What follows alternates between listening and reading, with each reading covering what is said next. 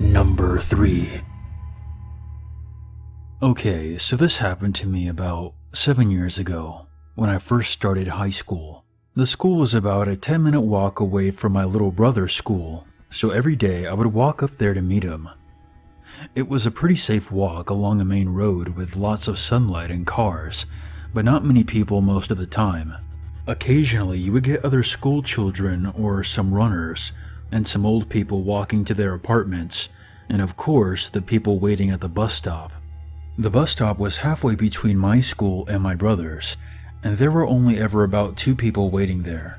One afternoon I was walking up to meet my brother. That day I left my headphones at home, so I couldn't listen to music while walking, which is what I would normally do. So I was just walking and enjoying the sun. When I reached the bus stop, I noticed an old man sitting on the bench waiting for a bus. I passed him and didn't think much of it because he seemed harmless. I would say this guy was about 60 to 65 years old, pretty short, and not very fit. As soon as I walked past him, I heard him get up. I didn't see a bus coming.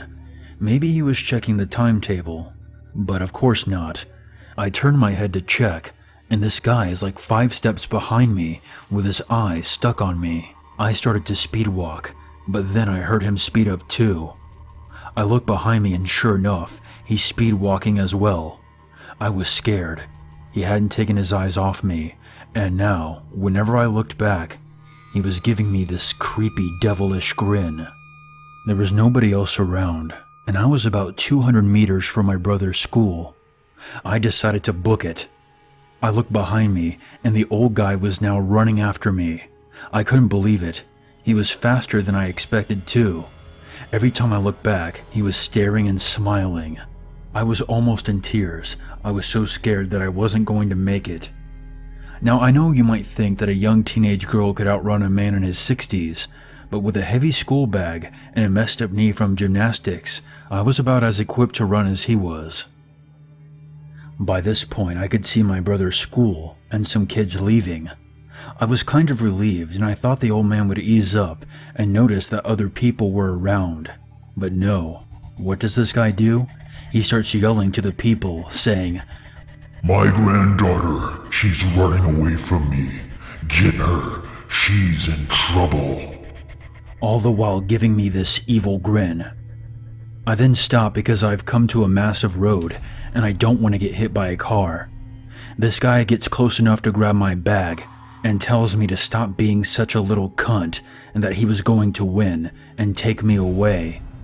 I screamed and ran for my life, not caring about the cars. I got to my brother's school and looked back to see the guy jogging towards me. I ran into the main building and told the receptionist what happened. She looked outside and saw a man waiting outside the school gate, moving his head around as if he was trying to spot someone. I told her that that was him. She then told me to wait with her while she called the police. The man walked away after about 10 minutes, but the police did catch him, and we found out that he had been offering candy to kids from my brother's school and trying to get them to come home with them in the afternoons. I walked on the other side of the road from then on, avoiding the bus stop and anyone I would pass. Number 2. I grew up in rural Michigan and rode the bus to school every morning. We lived in a house at the bottom of a hill on a country road.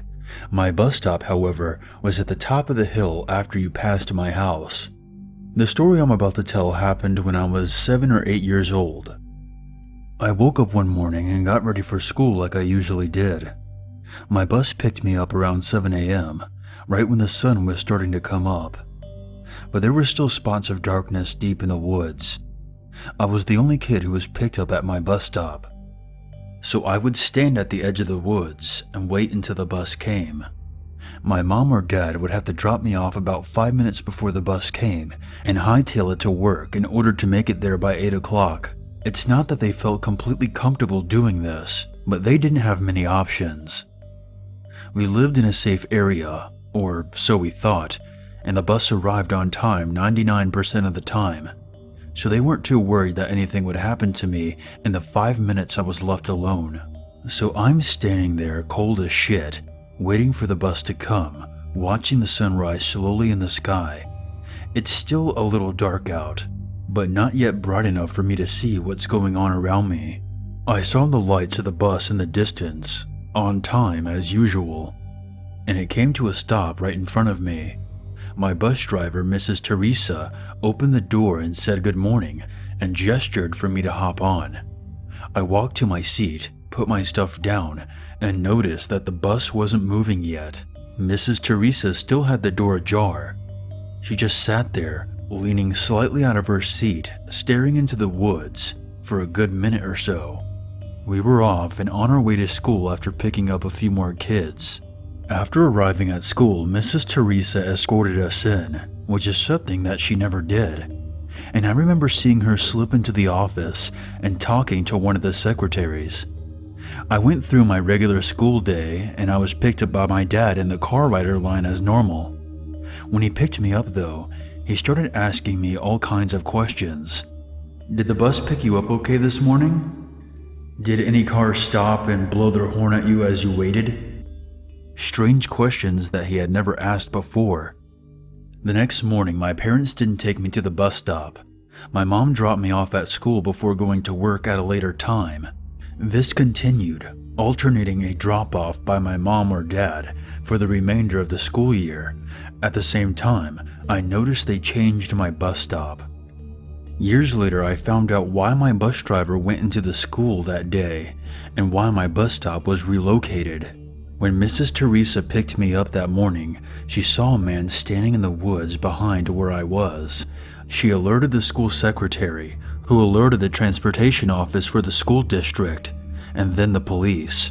The police investigated and found some items wrapped up in a t-shirt back in the woods. A hunting knife, rope, a rag or washcloth, and tape. The police never found out who that shit belonged to, but the bus driver, my parents, and the police felt certain that whoever it belonged to had the worst intentions. I think about this often and wonder what would have happened to me had my bus driver been a few minutes late, or had she not noticed the man standing in the woods after I boarded the bus. Because of this incident, the school district changed my bus stop to be located right in front of my house. That way I could stay in my house until the bus pulled up. No more standing by the woods for me. I resumed riding the bus the next school year. Number 1. A few years ago, I was leaving my grad school office late around 10 p.m. to catch the bus home. I walked from the university campus through relatively busy, well-lit streets to the main road in my area of the city, 109th Street in Edmonton. I was waiting for the bus at a shelter as it was in the middle of the winter, snowing, and a bit cold. The buses ran about every 15 minutes, so I wasn't worried or nervous, just patiently waiting to get home. I was listening to my music on my headphones when I noticed a guy walk up to the shelter. I looked at him briefly and did that little Canadian half smile of acknowledgement and went back to listening to my music and reading Reddit. A few minutes passed and I could hear him start talking to me. Well, I assumed that it was me, as there was no one else around. I looked up and he was staring right at me, smiling a bit oddly and speaking to me. I took out my headphones and said, "Excuse me?" He kept smiling and blathering on, asking me about my day, the weather, what I like to do, etc. I don't know what it is about me, but I'm a perennial people pleaser. I don't like confrontation, and my main aim in life seems to be keep the peace. So I answered a few of his questions as politely and as non-specifically as I could, with one earbud still in my ear. He just kept blathering on, and I just sort of nodded my head politely. He went on for about 10 minutes, and I just had this sinking feeling in my stomach about this guy, like something was just a little off, but enough to make me nervous. After about 10 minutes, I could see the bus rolling up, which was a huge relief for me. No one else had arrived at the bus stop, and I could see at least 10 to 15 people on the bus, which was great. I got on the bus and sat near the front, and the guy sat across from me so he could keep talking to me. I originally intended to head down to my house to the west of the street that I was on, but after this guy decided to be my personal parrot, I decided, screw it, I'm going to my boyfriend's instead, directly to the east of the street I was on. I was still getting a very uncomfortable feeling from this guy, so I decided to push the bus stop button to stop early and see what the guy did. The bus came to a stop at my request, and the guy got up. I didn't move. Isn't this your stop too? He asked me. I said, whoops, I must have hit the wrong stop. He looked at me and said, Oh, that's funny. I mixed it up too. This isn't my stop either. And then he sat back down. At this point, I'm pretty freaked out. I hit the bus stop for the next stop and texted my boyfriend to come out and meet me at 109th Street. I got up to leave the bus once it stopped, and the creepy dude followed. I crossed the road, and he was still tailing me, still talking away at me, and still asking me questions. Once I got to the other side of the road, I told him that I had to go and that my boyfriend was meeting me. He looked irritated at the idea of my boyfriend and tried to walk with me a bit more, but I stopped and I told him that I was walking on alone. Can I have your number? He asked. I panicked and just froze. I decided to give him almost my number, just the last 4 digits scrambled. I read it off to him and said goodnight and started walking away quickly. I made it maybe 20 steps away and I could hear someone jogging after me. Hey, he yelled. I think there was a mix-up. I tried calling the number and it wasn't you. He jogged up level next to me and was still smiling that same fucking smile, staring at me. How weird, I said. Grabbing my phone, I pretended to check it for a missed call and quickly texted my boyfriend that I was terrified and that he needed to get here now. So what's your real number then? He asked. I honestly don't know what I would have done. I think I probably would have given him my real number. I just had no idea what to do. It was cold, it was winter, and it was dark in this little residential neighborhood that I had entered. And I knew that I couldn't outrun him. Luckily for me, that was when my boyfriend came running up. He's 6'3" and somewhat imposing, and I turned to the guy and said, "Have a good night," and jogged up to my boyfriend and just launched myself at him. I didn't look back at the creepy dude, but I did tell my boyfriend to please make sure all the doors were locked and the windows were closed before going to bed that night.